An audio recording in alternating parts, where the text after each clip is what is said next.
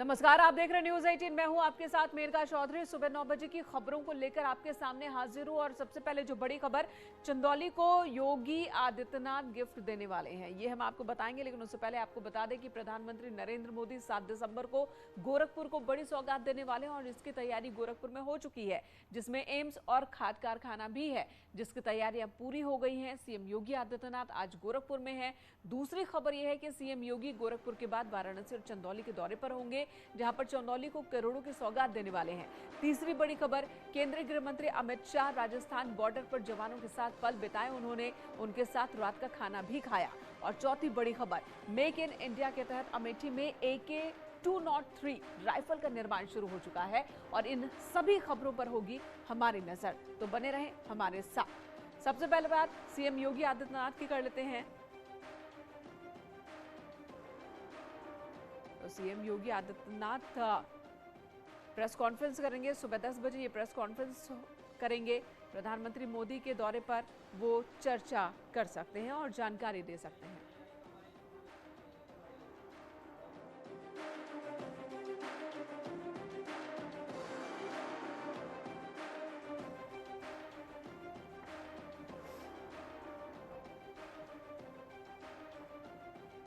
तो सीएम योगी के गोरखपुर दौरे का तीसरा दिन है और आज वो 10 बजे प्रेस कॉन्फ्रेंस करेंगे। ऐसा माना जा रहा है कि गोरखपुर में प्रधानमंत्री का दौरा है, उससे पहले की तैयारी और प्रधानमंत्री क्या देने वाले हैं गोरखपुर के लोगों को सौगात, इसके बारे में जानकारी सीएम योगी आदित्यनाथ दे सकते हैं। 2016 में पीएम ने यहाँ पर शिलान्यास किया था। 8,000 करोड़ की लागत से बना है खाद कारखाना और वो उद्घाटन होना है उसका। कारखाने में नीम कोटेड यूरिया बनेगा। 1 लाख लोगों को यहाँ पर रोजगार की बात कही जा रही है।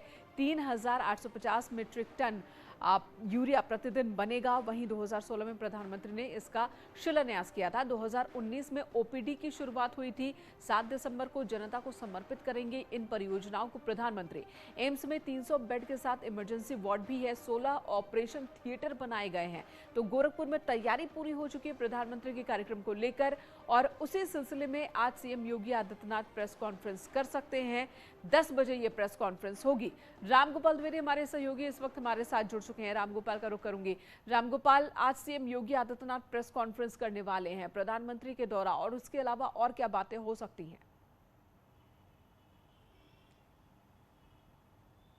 बिल्कुल, मुख्यमंत्री योगी आदित्यनाथ ने सुबह 9:30 बजे के हम लोगों को यहाँ पे बुलाया और इस वक्त मैं खुद गोरखनाथ मंदिर के बाहर ही खड़ा हूँ।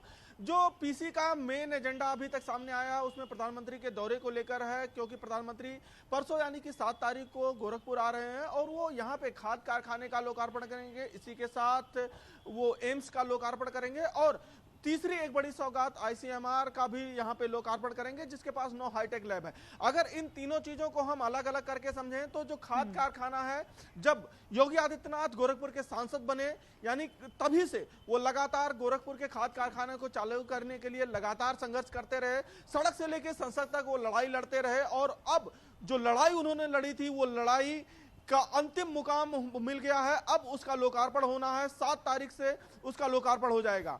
और इसी तरीके से अगर हम एम्स की बात करें तो एम्स को लेकर भी मुख्यमंत्री योगी आदित्यनाथ ने लंबी लड़ाई लड़ी, क्योंकि जो पूर्वांचल का ये पिछड़ा हुआ हिस्सा है, उत्तर पूर्वांचल का हिस्सा है, ये यहाँ पे बीमारियां अधिक थी और इलाज के लिए बेहतर संसाधन नहीं थे। तो योगी आदित्यनाथ लगातार यहाँ पे बेहतर इलाज की लड़ाई लड़ते रहे। जब केंद्र में नरेंद्र मोदी की सरकार बनी तो उन्होंने पूर्वांचल में एक एम्स देने की बात कही। तो उस दौरान ये बात आई कि वो एम्स वाराणसी में बनेगा कि गोरखपुर में बनेगा, लेकिन अंतोगत्वा वो गोरखपुर आया और गोरखपुर एम्स भी बनके तैयार हो गया। कुल 750 बेड का ये एम्स है।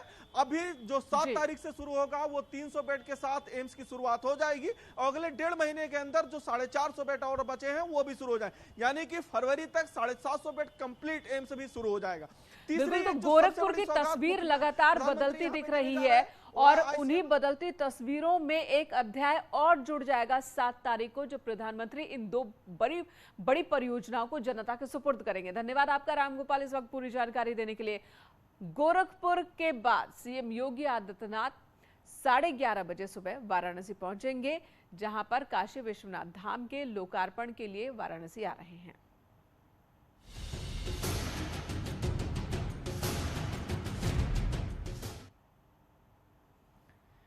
तो आज सीएम योगी आदित्यनाथ वाराणसी जा सकते हैं, उससे पहले चंदौली भी जाएंगे। प्रधानमंत्री नरेंद्र मोदी के आगमन की तैयारियों की समीक्षा वो वाराणसी में करने वाले हैं और इसके बाद सीएम योगी वाराणसी के चौबेपुर के उमराह जाएंगे, जहां पर सर्ववेद महामंदिर धाम का निरीक्षण करेंगे।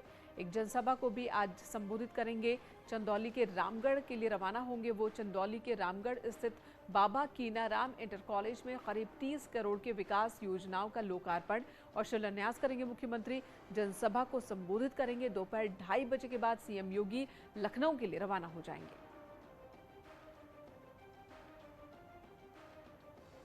तो आज वाराणसी, चंदौली, सीएम योगी आदित्यनाथ के कई कार्यक्रम हैं।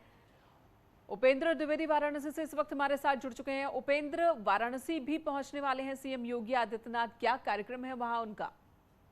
देखिए, करीब 11 बजे बरेका हेलीपैड जो बनारस रेल इंजन कारखाना है, वहाँ के हेलीपैड पर सीएम योगी पहुंचेंगे और फिर यहीं पर बरेका में ही सभागार में मीटिंग करेंगे अफसरों के साथ। प्रधानमंत्री नरेंद्र मोदी की जो 13 और 14 दिसंबर को लोकार्पण का कार्यक्रम है, वहां से मीटिंग के बाद यहीं से वो हेलीकॉप्टर के जरिए चौबेपुर के उमराह पहुंचेंगे। वहां पर जो संभावित पीएम का दौरा है सर्ववेद महामंदिर धाम कार्यक्रम का, उसकी भी तैयारियों को परखेंगे। वहां से फिर चंदौली निकल जाएंगे, जहां पर संवाद और सौगात सीएम योगी आदित्यनाथ आज देने जा रहे हैं। जी उपेंद्र, धन्यवाद इस वक्त पूरी जानकारी देने के लिए। और चलिए बात कर लेते हैं गृह मंत्री अमित शाह के बॉर्डर पर डिनर की।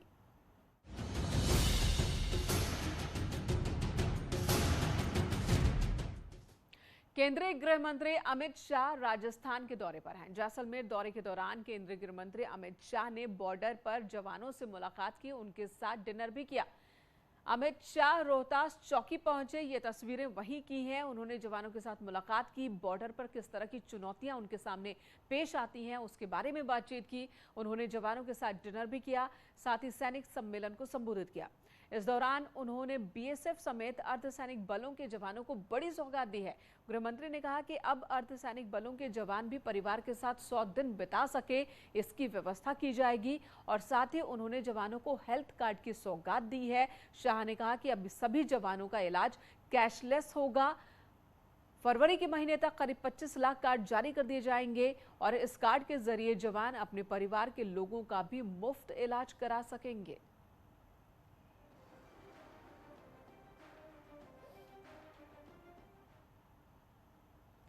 और कल अमित शाह जब पहुंचे जैसलमेर, तो वहां की 2 तस्वीर आपको दिखाते हैं कि किस तरीके से अमित शाह वहां पर जवानों के बीच दिखे हैं।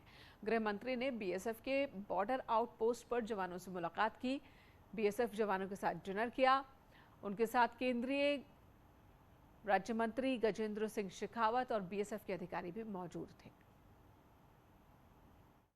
आयुष्मान भारत का एक हिस्सा है।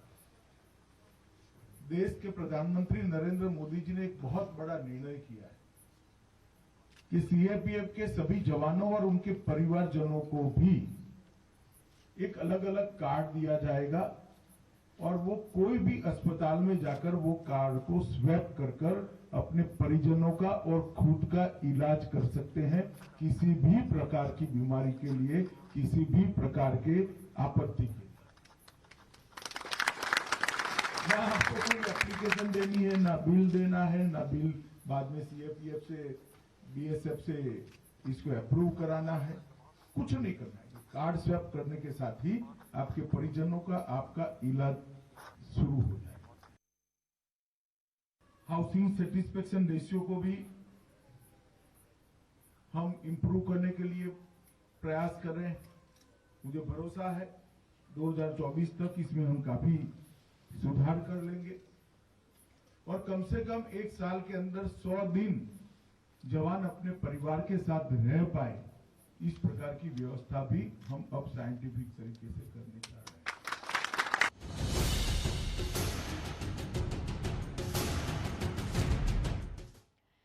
जी हाँ, अब अमेठी में भी AK-203 असॉल्ट राइफल्स के निर्माण की प्रक्रिया शुरू हो चुकी है। आत्मनिर्भर भारत की दिशा में ये एक बड़ा कदम माना जा रहा है। रूस के साथ साझेदारी में यहां पर हथियारों के निर्माण का काम शुरू हुआ है। उत्तर प्रदेश का अमेठी रक्षा उत्पादन उपकरण में बड़ा केंद्र बनने जा रहा है। अमेठी में 5 लाख से ज्यादा AK-203 असॉल्ट राइफल्स के निर्माण की प्रक्रिया शुरू की जा चुकी है। देश में रक्षा उत्पादन में आत्मनिर्भरता को मजबूत करने की कड़ी में इसे बड़ा कदम माना जा रहा है। इसे बढ़ावा देने के लिए केंद्र सरकार ने कोरबा अमेठी यूपी में 5 लाख से अधिक AK-203 असॉल्ट राइफलों के उत्पादन की योजना को मंजूरी दे दी है। रूस के साथ साझेदारी में यहां हथियारों का निर्माण किया जाएगा। इससे रोजगार के नए अवसर पैदा होंगे। साथ ही यह परियोजना उत्तर प्रदेश को भारत के बढ़ते रक्षा निर्माण केंद्र के तौर पर स्थापित करेगा। हिंदुस्तान देश का ऐसा पहला देश बनने जा रहा है जहां पर सबसे अत्याधुनिक हथियार का निर्माण करने जा रहा है। आपको बता दें कि अमेठी जो है आयुध निर्माण परियोजना कोरबा में, जहां पर रूस के कोलैबोरेशन से 5 लाख से अधिक अत्याधुनिक AK-203 राइफल का निर्माण करने जा रहा है, जिसको लेकर के मंजूरी मिल चुकी है। सभी तैयारियां पूरी की जा चुकी हैं। खबर कानपुर से, जहां पर छेड़खानी के आरोप में एक लड़के की लोगों ने पिटाई कर दी। आरोप है कि वो लड़का एक लड़की को पिछले कुछ दिनों से लगातार फोन पर परेशान कर रहा था और इस बात की शिकायत लड़की ने अपने घर वालों से की थी, जिसके बाद परिजनों ने आरोपी लड़के को पकड़कर उसे पीटा और साथ ही चप्पलों की उसे माला पहनाई गई। इलाके में जुलूस निकाला गया ताकि दोबारा उस इलाके में वो नजर न आए। थोड़ी देर बाद कुछ लोग वहां पहुंचे, लोगों ने बीच बचाव किया और फिर आरोपी लड़के को इन लोगों के चुंगल से हटाया और लड़कियों से बदसलूकी न करने की सलाह देकर उसे छोड़ा गया।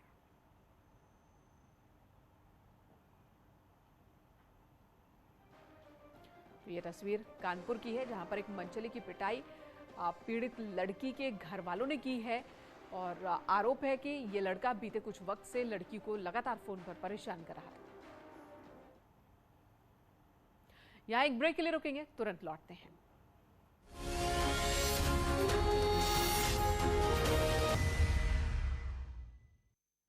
गोरखपुर में शादी के दौरान उस वक्त अजीबोगरीब स्थिति बन गई जब जयमाला के दौरान स्टेज पर ही प्रेमी ने दुल्हन की मांग में सिंदूर भर दिया और इसके बाद लड़की के परिजनों ने डायल 112 पर सूचना देकर पुलिस को बुलाया। पुलिस ने ग्राम प्रधान और दोनों पक्षों के लोगों की मदद से मामले को सुलझाया। इसके बाद दुल्हन को दूल्हे के साथ विदा किया गया। बताया जा रहा है कि दोनों में अफेयर था। कुछ महीने पहले वो नौकरी करने के लिए बाहर गया था और इस बीच लड़की के परिजनों ने उसकी शादी तय कर दी। युवक को जब इस बात की जानकारी लगी तो वो गांव लौटा और फिर वरमाला के दौरान प्रेमी ने उसकी मांग भर दी। इस घटना का वीडियो सोशल मीडिया पर तेजी से वायरल हो रहा है। बोलो तो सही, तू बोल ये वीडियो बन रही है यार। बनाना क्या बनी रही है और अरे यही तो बोलो तो सही, तू बोल ये वीडियो बन रही है यार।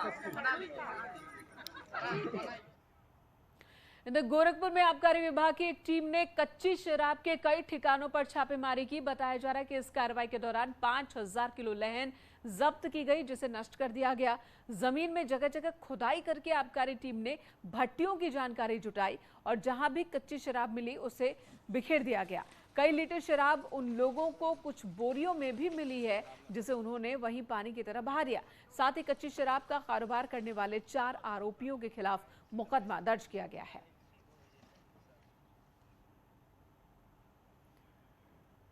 यहां एक और ब्रेक के लिए रुकेंगे। खबरों का सिलसिला न्यूज़ 18 पर जारी है।